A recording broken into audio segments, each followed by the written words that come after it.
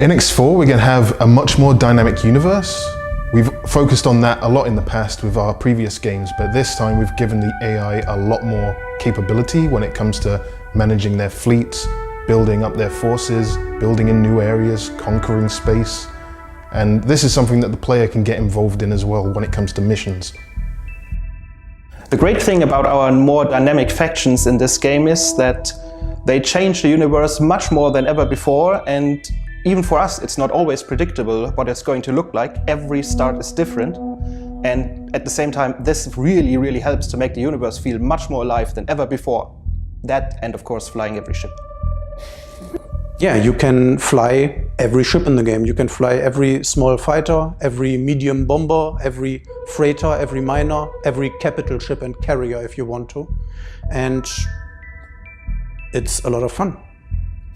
The player's always looking for new technologies to research, upgrades for their ships, technology such as the transporter, which can get them into the action really quickly. I think it's a really cool addition to our game. One of the foundations of every X game is the economy that is entirely based on supply and demand. And it's happening all across the universe, whether you are there to see it or not. Every good is produced somewhere, transported, and if it successfully reaches its destination, of course, supplies other stations. And those stations base their prices then on what they have available or not. If the ship gets destroyed, prices go up. With X4, we're going even further. It's not just the general wares that are being traded, but every aspect of the economy. That includes building ships or stations. All of it is really based on the resources that are coming out of the universe. They are produced somewhere. An advanced player can become this tycoon that has a massive empire of factories and stations that really affect anything in the universe. The entire market situation is completely adaptable and fluctuating depending on what you, the player, does. The first-person experience is completely seamless. There are no loading screens when you fly your ship, land on a platform, get out of your ship, talk to a guy, go back to your ship and undock again. Everything is perfectly seamless. For X4 I created new shaders for the backgrounds and especially for the planets. We added some new features where I can now control the sea level, the size of the polar caps, the cloud cover, atmosphere density, and also population to dynamically adjust the planet during the design process. One of the coolest features in X4 is management of NPCs. Pilots, for example. If a pilot steers your ship, he will be sitting on the pilot chair, of course, and it is very easy to take over the control. You just click on the chair, the guy gets up, you sit down and take over the control of the ship. He disappears to the back of the ship, and the moment you get up again, he comes back and takes over the control again and will continue whatever he was doing before.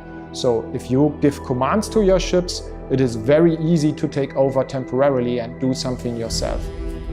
Complicated commands like trade runs or more sophisticated AI commands can always be given through the map interface.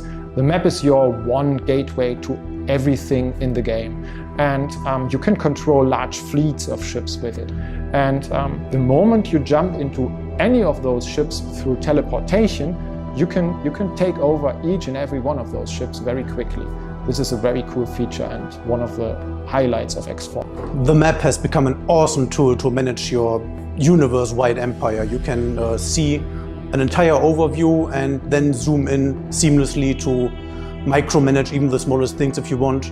You can turn on and off several info layers for trading and other things. You can give commands to your ships directly on the map.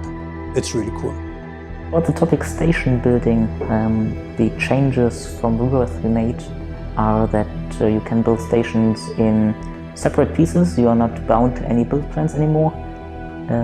You start construction of a station with a central module. It's usually a pier, a module where capital ships can dock. And from there you can decide if you are going to expand storages, if you add production components, and also living sections for the people to live in. Our new engine uses a physics-based rendering approach which allows us more control over material properties. And additionally, by using Vulkan as our render engine, we now have a few more resources left that we can invest in some more advanced features. So I think that X4 will be the most stunning X game you will ever see. The most exciting feature for me is that if you stand on a docking platform and you feel like a real person, you can look at tiny details on the ground and you can look above in the sky and see this giant constructions which makes you feel really small and you think you are really there. And there are ships parked on this platform and you can walk there seamlessly, enter the ships, enter the cockpit chair, press the button, all these instruments are going on in the ship and you start flying around to the next station, dock there and you leave the ship and everything is just in one line. It's seamlessly and you feel, wow, there's no hard cut and it looks all great.